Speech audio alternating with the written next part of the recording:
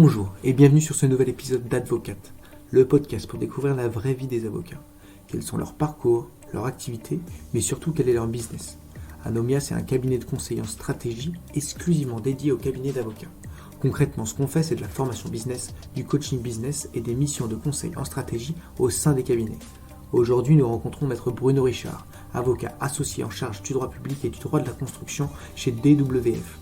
Il nous raconte son parcours, son histoire, son amour pour le droit public et sa profession d'avocat. Il raconte comment il est devenu ce qu'il est aujourd'hui et nous sommes certains qu'il inspirera de nombreux auditeurs. Si ce podcast vous plaît, je vous invite à nous apposer un petit 5 étoiles sur Apple Podcast et Spotify, à le partager à vos confrères. C'est ce qui nous permet de continuer à vous produire ces contenus gratuitement. Enfin, avant de vous laisser avec Bruno Richard, je vous invite à lire nos contenus sur le développement commercial des cabinets d'avocats que vous retrouverez dans les ressources de ce podcast. Je vous souhaite une très belle écoute. Eh bien écoutez, bonjour Maître Bruno Richard, je suis ravi de vous recevoir sur ce podcast parce que ça fait un peu longtemps que je vous cours après, mais on a des emplois du temps qui sont tous les deux bien chargés, surtout le vôtre. On a failli se louper aujourd'hui à cause d'un incident TGV, mais vous m'avez fait quand même le plaisir d'être là, donc je suis super content. Bonjour Maître Bruno Richard. Merci beaucoup Valentin. Alors d'abord c'est un grand plaisir d'entendre que vous êtes intéressé par le droit public des affaires. Ah non, pas du tout, juste par vous. Une bonne chose. Et alors c'est encore plus intéressant et encore plus flatteur d'être intéressé par moi. Et je vous remercie d'une part d'avoir attendu et d'autre part de m'accueillir aussi gentiment. Avec grand plaisir. Alors vous êtes aujourd'hui avocat associé en droit public des affaires au sein du cabinet DWF. Vous n'avez pas toujours été au sein de ce cabinet et d'ailleurs vous n'avez pas toujours été avocat. Donc ma première question, elle est la même pour tous ceux qui passent à ce micro, c'est Maître Bruno Richard. Qui étiez-vous avant de devenir avocat ? Alors d'abord, appelez-moi par mon prénom, c'est quand même Bruno. Un petit peu plus convivial, je vous remercie. Avant d'être avocat, alors je suis devenu avocat en 1995, quand je me souviens de ce jour où j'ai prêté serment. Et puis avant, j'ai fait pas mal de choses et j'étais un étudiant pas très très bon en Champagne et puis à Reims. Et j'ai essayé de faire un certain nombre de choses, d'abord par atavisme familial et puis une certaine pression de mon père qui était médecin, donc j'ai essayé de faire médecine et puis malheureusement ou bien j'étais trop jeune, ou bien j'étais pas assez travailleur, ou bien j'étais pas assez bon en maths. Enfin voilà, ça a été une catastrophe. Mon père m'en a beaucoup voulu et puis il est passé à autre chose et puis à un moment, alors j'ai pas toujours voulu être avocat. À un moment, je suis allé voir la fac de droit à Reims, qui était un endroit assez étonnant, assez moderne, je me souviens de ces corolles bizarres qui étaient en fait la fac de droit de Montpellier qui a été implantée à Reims par le ministère de l'Éducation nationale, sans se rendre compte qu'à Montpellier, il y avait 300 jours de soleil par an et qu'à Reims, il y en avait malheureusement un tout petit peu moins. Et donc, c'était un superbe campus, mais qui était fait pour une ville de soleil, ce que Reims, malgré ses grandes qualités, n'est pas tout à fait. Et donc, je me souviens de cette bibliothèque où j'ai passé beaucoup de temps avec des traces de boue partout parce qu'il pleuvait un peu plus qu'à Montpellier et que l'architecture était très ouverte. Et puis, on avait à cette époque-là des profs absolument extraordinaires. On avait un grand nom du droit civil et de la procédure civile, Jacques Normand, qui était quelqu'un de fantastique, Éric Loquin, Hervé Le Nabasque, il y avait Jean-Christophe Gallou, et puis il y avait quelqu'un que j'avais trouvé absolument lumineux, qui était Guy Carcassonne, qui était un professeur de droit public assez fantastique. Et puis voilà, avant de vouloir devenir avocat et en étant étudiant, j'avais envie de devenir Guy Carcassonne, d'être professeur agrégé de droit public, de pouvoir faire des cours devant tout le monde avec zéro note, zéro bouquin, de pouvoir parler d'une manière passionnante de la Constitution de la Ve République et de toutes celles qui ont précédé. Et c'était quelqu'un qui était absolument fantastique. Il maîtrisait il faisait des cours de 3 heures. Il n'y avait pas un moment d'ennui. Et c'était vraiment un très très brillant esprit et un très grand orateur. En plus, il avait une ou deux choses amusantes. Il avait un goût pour on pensait qu'il était daltonien parce qu'il mettait des cravates moutarde avec des chemises violettes et des vestes Parme. C'était toujours assez bizarre. Il fumait des bidis. Enfin, il était très étonnant. Et puis, je me souviens, on était quelques personnes intéressées par le droit public et on le trouvait fascinant. Et c'était vraiment quelqu'un de remarquable. Et donc, au début, moi, je voulais devenir agrégé de droit public, et puis à un moment, quand on regarde la ligne et qu'elle est très très loin, et puis qu'on se dit qu'à un moment il va bien falloir gagner sa vie, on peut avoir des chemins un petit peu différents. Donc j'ai bien aimé, puis à un moment j'ai fait une licence en droit à Reims, j'ai fait une maîtrise à Paris 1, et puis un DEA à Paris 1 encore, avec d'autres profs extraordinaires, qui étaient notamment Étienne Picard et Georges Dupuis, qui était un des rares auteurs de droit public dont je crois qu'il était un petit peu maoïste, et qui était un très fin juriste et un très gentil professeur, animateur de DEA. Et puis j'ai essayé de faire une thèse avec lui, puis à un moment la pression économique a fait qu'il a fallu que je travaille, et là j'ai retrouvé quelqu'un de mon pays, en Champagne, donc c'est pour ça que c'est intéressant, les attaches géographiques, qui était avocat au Conseil d'État et à la Cour de cassation. Et puis à partir de là, j'ai travaillé pendant 3 ans avec lui, ça a été un grand bonheur. J'ai appris plein de choses. Puis après, j'ai fait un stage chez Gide au moment où il crée le département droit public. Et puis là, je suis un peu devenu avocat. Voilà qui j'étais avant et puis qui j'étais après. Très clair. Et donc, du coup, vous abandonnez cette idée de devenir agrégé en droit public. Vous allez finalement vers la vie, c'est-à-dire qu'il faut que vous puissiez finalement vous financer, vivre à Paris, etc.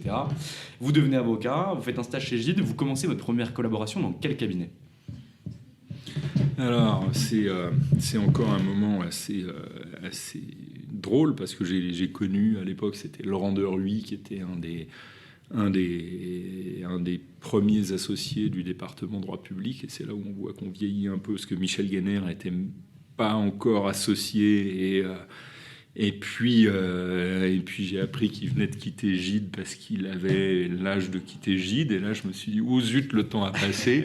Et je me souviens de Laurent et de Michel. Et ils étaient tous les deux très, très intéressants, très volontaires, très animateurs de cette chose qui n'existait pas vraiment encore, qui était le droit public des affaires, avec un mélange. Il faut voir d'où partent ces disciplines.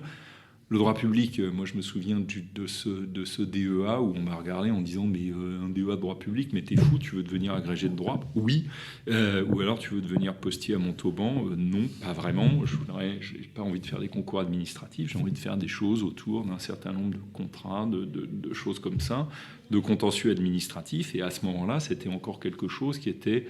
il y a eu une réforme législative extrêmement importante qui a été la réorganisation du contentieux administratif. Et en fait, avant, le droit public était un droit qui était assez contentieux et assez la réserve des avocats au Conseil d'État et à la Cour de cassation, c'est-à-dire, pour le dire très vite, une centaine d'avocats implantés à Paris qui monopolisaient la chose. Et puis le droit public était très peu pratiqué, pas beaucoup. Il y avait quelques spécialistes très renommés comme Jean-Pierre Boivin, comme François Sureau, comme quelques grands noms de cette discipline, comme Laurent Richer, mais c'était un peu comme la propriété intellectuelle ou des choses. C'était vraiment une discipline de niche.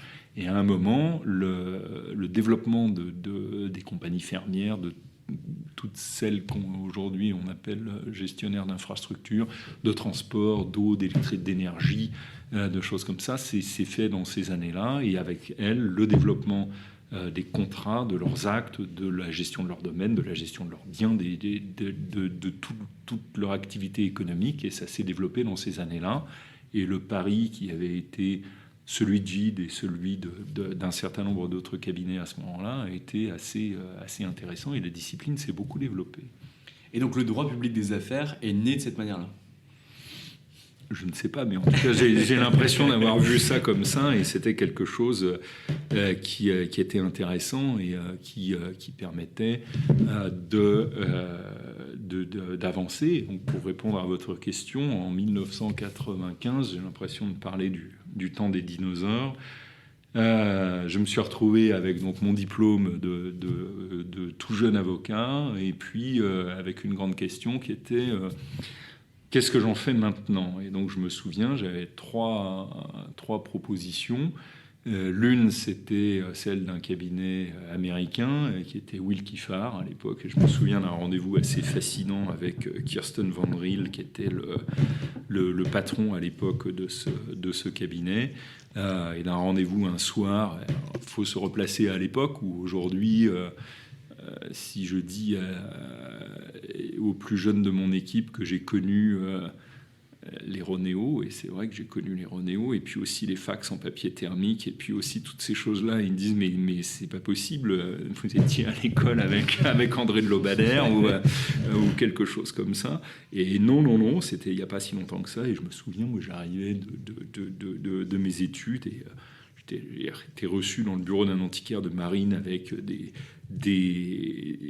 appareils super sophistiqués où il parlait à quelqu'un qui était à l'autre bout du monde, et c'était assez étonnant. Et puis maintenant, quand vous regardez les conférences téléphoniques, les mails, le Teams, etc., vous pouvez contacter n'importe qui à n'importe quelle heure. J'ai plaidé à Nouméa l'autre jour, j'étais très content, je me suis dit je vais enfin y aller en Nouvelle-Calédonie, et puis finalement ça s'est résolu par un lien Teams, et c'était beaucoup moins rigolo, et donc avec la grande question de savoir s'il fallait mettre sa robe dans sa salle de conférence avec le greffier qui disait oui et le président qui disait qu'ils s'en fichaient. Et donc j'avais cette proposition, puis j'avais deux cabinets français, un qui était Hugo Lepage et l'autre qui était Rambaud Martel. Et j'ai choisi à la fin la proposition de Rambaud Martel, et j'y ai passé des années assez extraordinaires, de 1995 à 2010-2011, avec une évolution fascinante du marché du droit, de la taille du cabinet, de ses interlocuteurs, de son développement. Un très beau schisme en 2006 ou 2006, je crois, où un certain nombre d'associés sont partis et d'autres sont restés. Une fusion avec un cabinet américain qui était Watson Farley, qui avait fusionné avec Auric, et qui est devenu Auric Rambaud Martel, où on s'est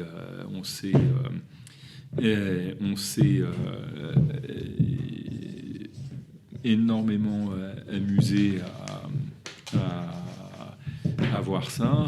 Ça a vraiment été quelque chose qui était très étonnant de voir ce cabinet très français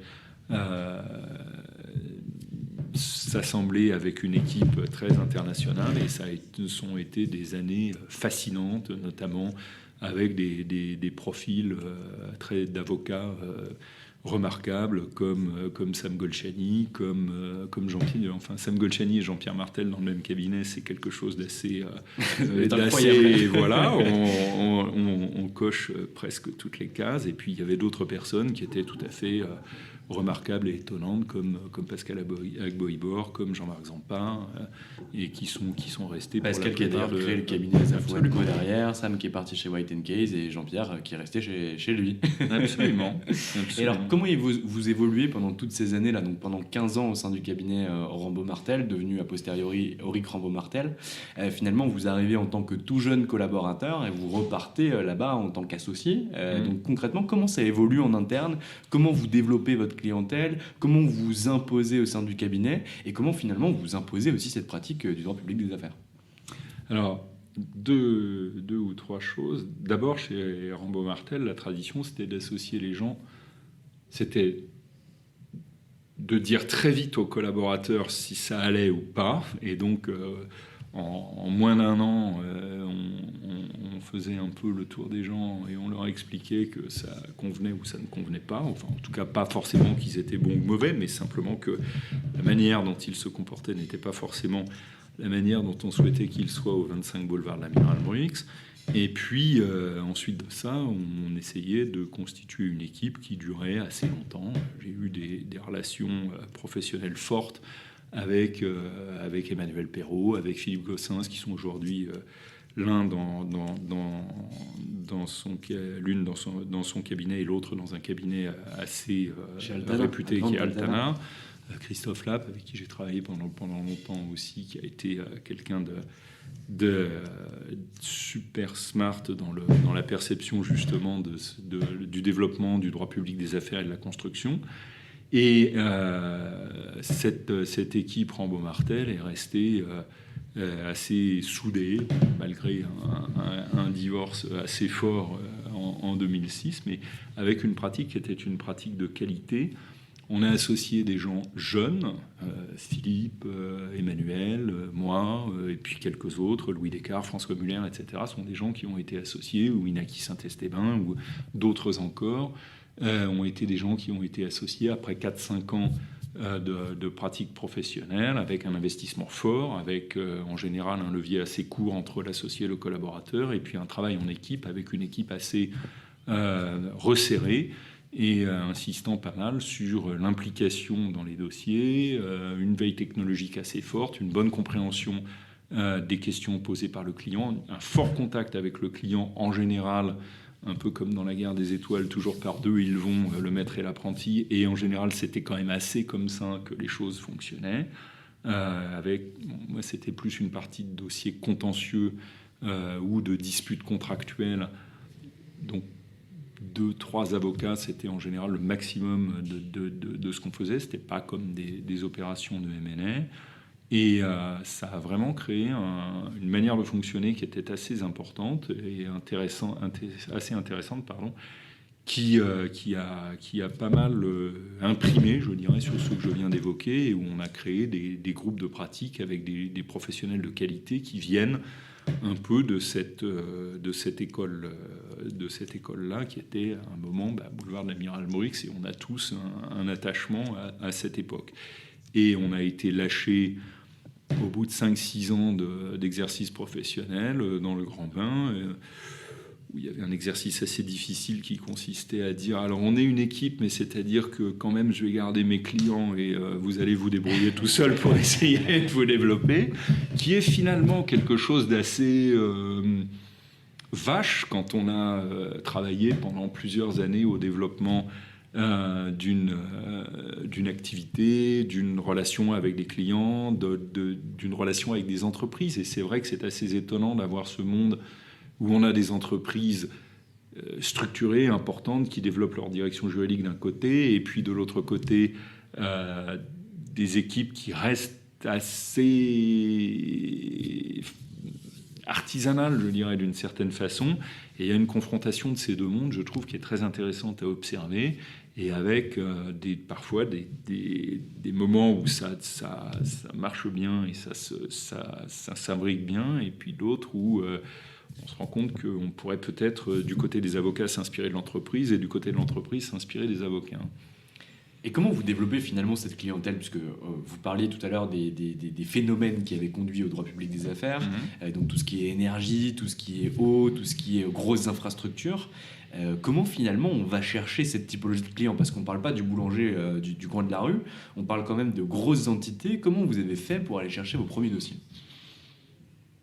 Alors, c'est une bonne question. Il y a une partie d'opportunité, une partie de travail, une partie de chance, une partie de contact, qui étaient les contacts du cabinet. Et je parlais du développement des cabinets d'avocats.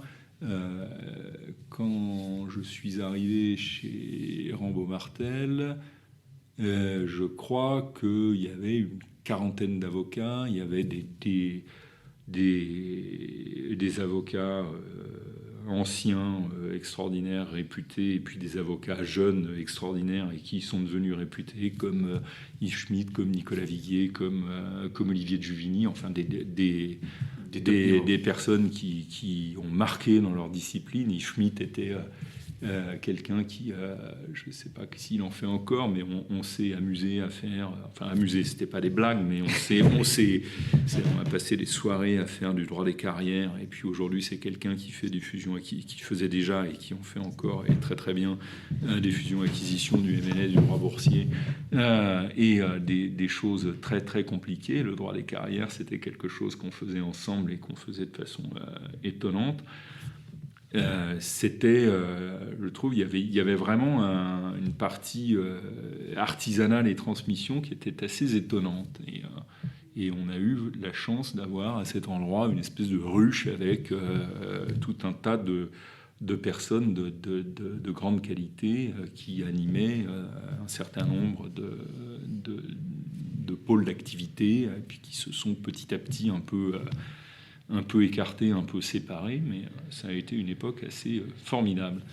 Et le développement de clients était quelque chose qu'on a un petit peu appris. Alors les personnes qui sont devenues associées en 2000-2005, il y a eu un moment où le mouvement s'est un peu tari et où l'augmentation du nombre des avocats par rapport à la possibilité d'attirer des clients a obligé à faire des efforts et puis à maîtriser 2 ou 3 choses que vous connaissez très bien, comme développer sa notoriété, communiquer, expliquer qu'on est le spécialiste de tel ou tel problème, qu'on maîtrise bien telle ou telle chose, écrire des articles, animer des conférences, se rapprocher des clients, et qui était quelque chose, moi je me souviens quand j'ai commencé à travailler dans le secteur des avocats, donc en 1991, pardon de faire de la préhistoire, mais je travaillais chez un avocat au Conseil d'État et à la Cour de cassation, on ne parlait pas aux clients. C'était aussi simple que ça, on ne parlait pas aux clients. Et je me souviens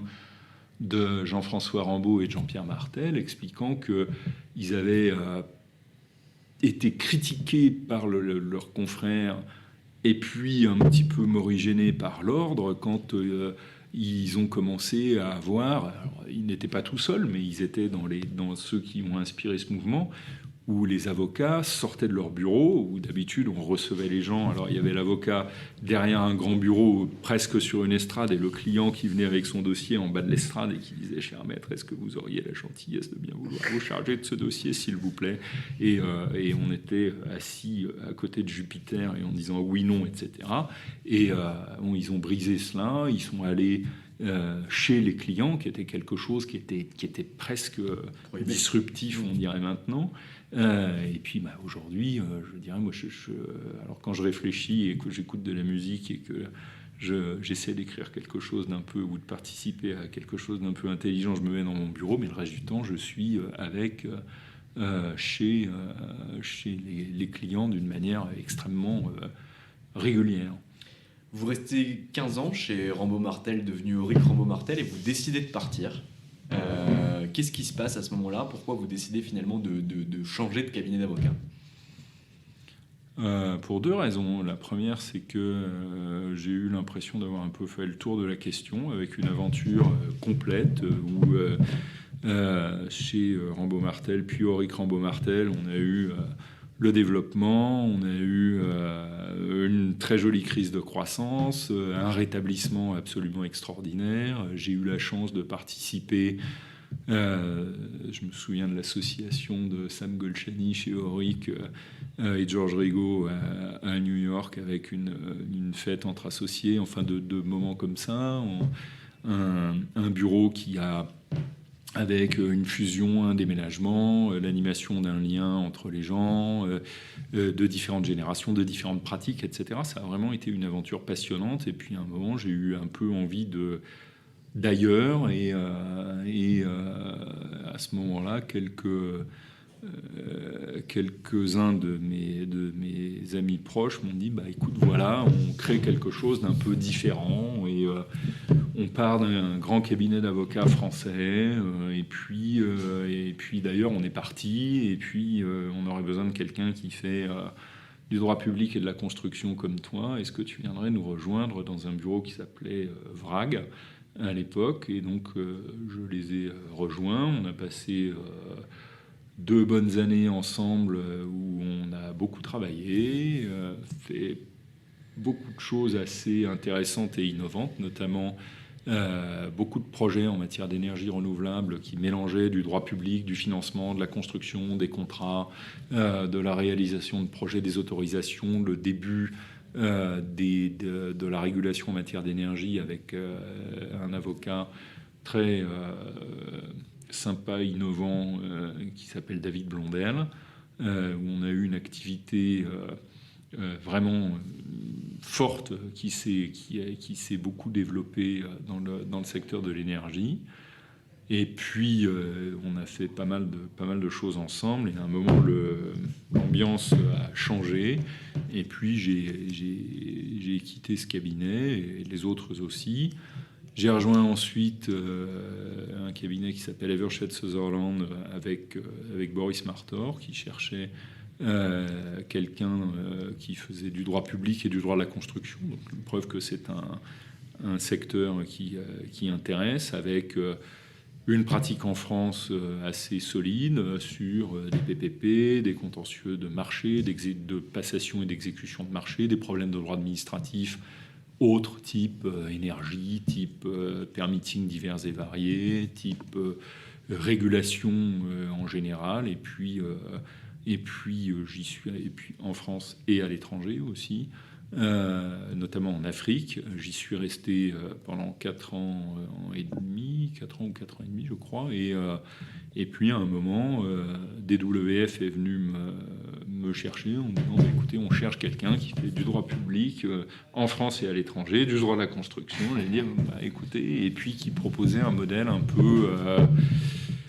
Peut-être un peu moins, un peu plus souple, un peu plus réactif, un peu plus tourné vers les avocats que ce qu'était devenu Evershed, qui était assez centralisé et assez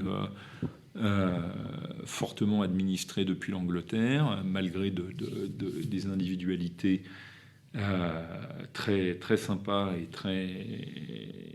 très dynamiques à Paris, mais c'était assez difficile d'exister dans un cabinet qui était très concentré vers l'Angleterre. Et puis voilà, ça fait un peu plus d'1 an maintenant que je suis chez DWF.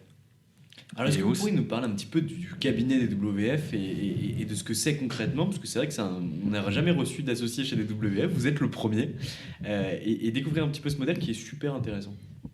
Écoutez, merci. Alors, le DWF, c'est un cabinet anglais qui est assez innovant et assez moderne. Je crois que c'est un des seuls, alors je ne sais pas, je n'ai pas vérifié ça il y a longtemps, mais c'est un des seuls cabinets qui aujourd'hui s'est introduit en bourse. Alors c'est à la fois significatif et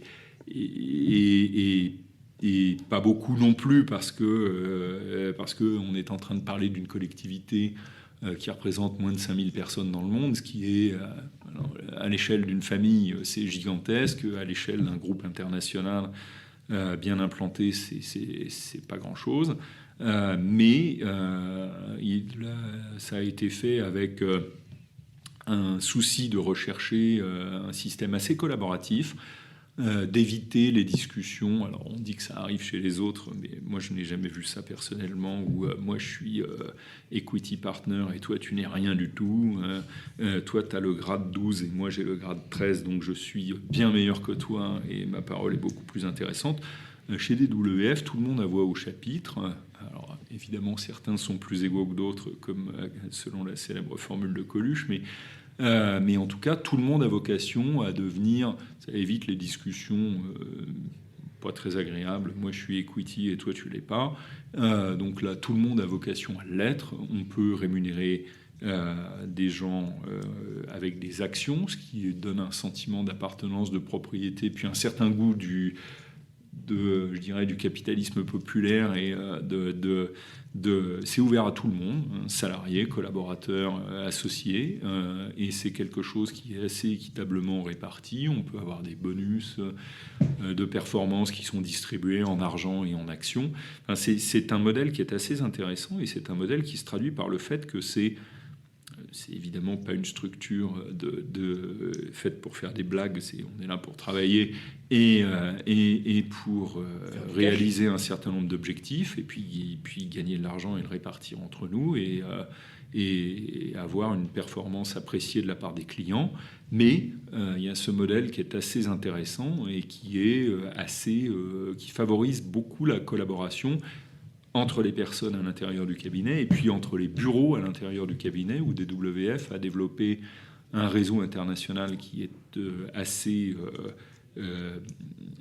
puissant et collaboratif, notamment en Europe. Ils sont très présents en Angleterre. Ils sont aussi présents, on vient de se développer au Canada, ce qui est assez récent, puisque je crois que c'est arrivé la semaine dernière. On a des bureaux au Moyen-Orient qui sont de grande qualité avec des professionnels très intéressants, notamment dans le secteur de la construction.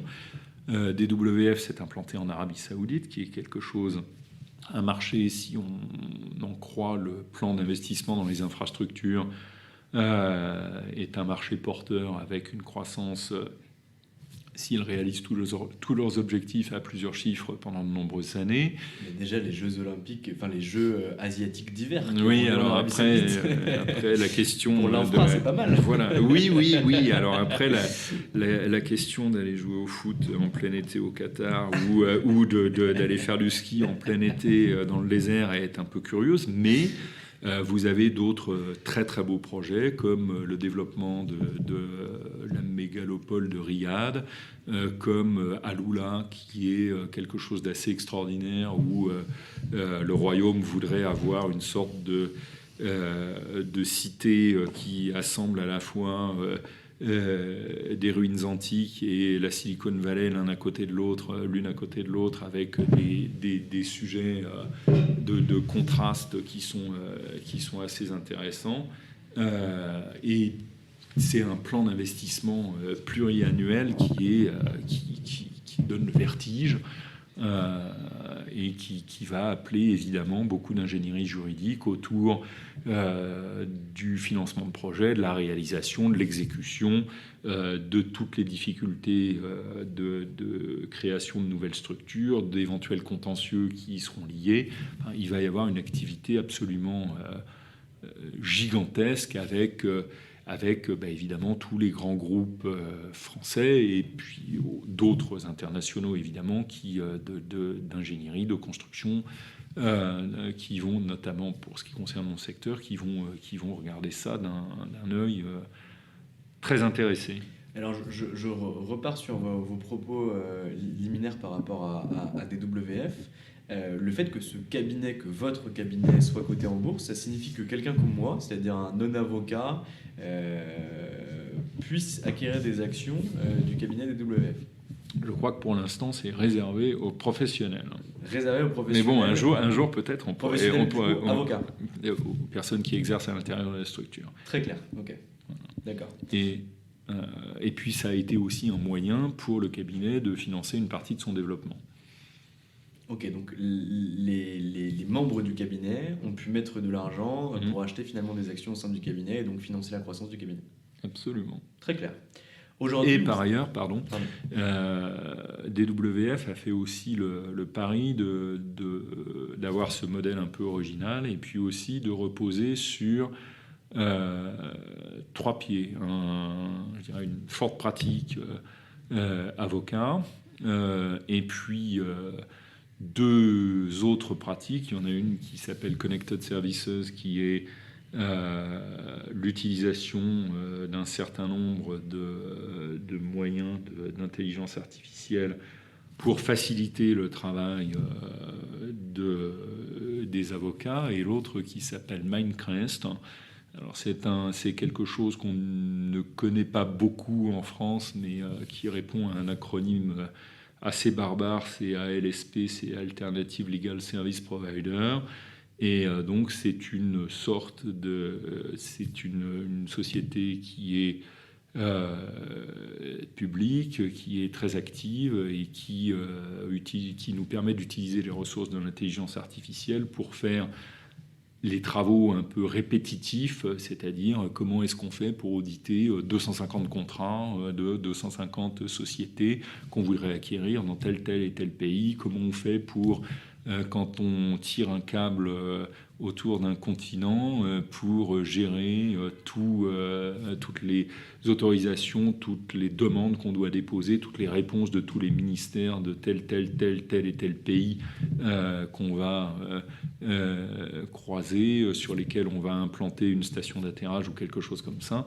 Et on a vraiment une sorte d'avocat démultiplié où on peut gérer un projet sans penser forcément à à maîtriser à chaque fois tous ces délais, à faire son petit tableau Excel soi-même en disant alors à 15h30 j'ai rendez-vous avec Valentin et zut j'ai raté, comment je fais, il faut que je l'appelle, etc.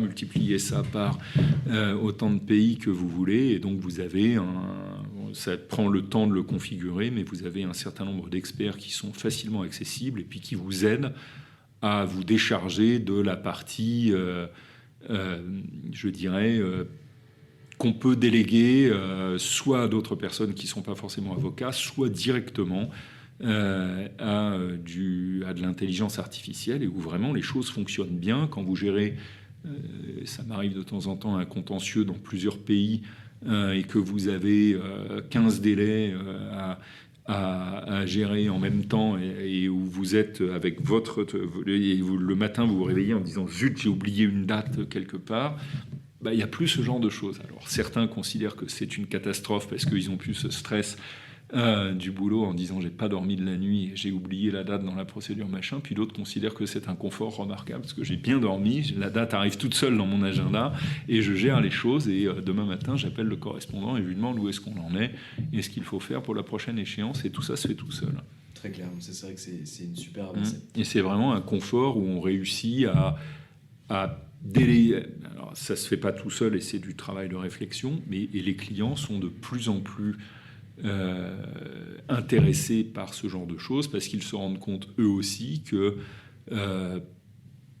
avancer vers une bonne combinaison d'un service juridique qui met les choses qu'on peut automatiser dans les automates et les choses pour lesquelles on a besoin d'intelligence dans des femmes et des hommes, c'est quelque chose qui fonctionne bien.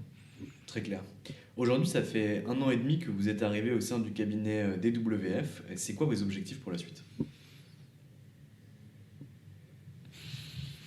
Alors, ça fait pas tout à fait 1 an et demi, puisque je suis arrivé au mois de septembre. Mes objectifs, c'est de développer l'équipe dans laquelle je suis, nationalement et internationalement. C'est de développer la présence de notre équipe à Paris. Donc, je suis plus tout à fait tout jeune et malheureusement, le temps passe, mais c'est aussi quelque chose de bénéfique parce qu'on a des contacts qui eux aussi évoluent vers des fonctions plus responsables et donc vous avez forcément une montée en puissance de votre entourage, ce qui fait que on vous demande des choses un peu différentes, c'est-à-dire qu'au début vous êtes le spécialiste du dossier de droit public et de l'exception d'illégalité dans tel ou tel domaine, et puis à un moment vous avez une approche un petit peu plus globale des dossiers, voire des questions qui peuvent vous être posées par des personnes qui montent elles-mêmes en responsabilité, donc d'avoir une gamme de services un peu plus élargie, et c'est aussi quelque chose qu'on a réussi à faire chez DWF dans la dernière année. Nous sommes passés au-delà de 50 professionnels à Paris. Nous avons intégré récemment 2 équipes, une équipe dans la partie restructuring et une équipe dans la partie M&A et un peu de sciences de la vie et de nouvelles technologies. Et aujourd'hui, l'idée d'agrandir le spectre de nos activités et puis la taille de l'équipe est quelque chose qui est assez important. Très clair. Je vous ai pris beaucoup de temps, maître, et vous avez déjà eu une après-midi extrêmement chargée. J'ai une dernière question pour vous, c'est la minute Bruno Richard.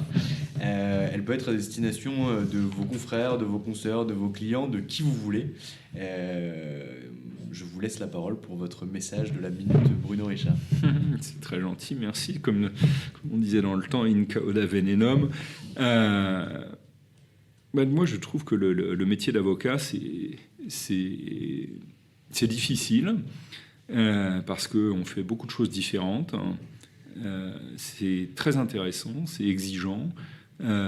Ça développe la curiosité et le souci du réseau, et je trouve que c'est quelque chose qui rend assez heureux et qui permet d'éviter de faire des choses répétitives. Et dans cette mesure, je trouve que c'est assez satisfaisant. Cher maître, je vous remercie pour le temps que vous m'avez accordé et surtout d'être venu jusqu'ici. Bon courage pour vos projets et à très vite. Eh bien, merci à vous. Et voilà, c'est fini pour aujourd'hui. J'espère que cet épisode vous a plu. Pour découvrir tous les contenus qu'Anomia propose, vous pouvez vous rendre sur www.anomia.fr. Vous y trouverez des vidéos, des podcasts, des articles et également nos propositions de formation et d'accompagnement dédiées aux avocats, dédiées au business des avocats. Je vous souhaite une excellente journée et n'hésitez surtout pas à nous contacter. À bientôt.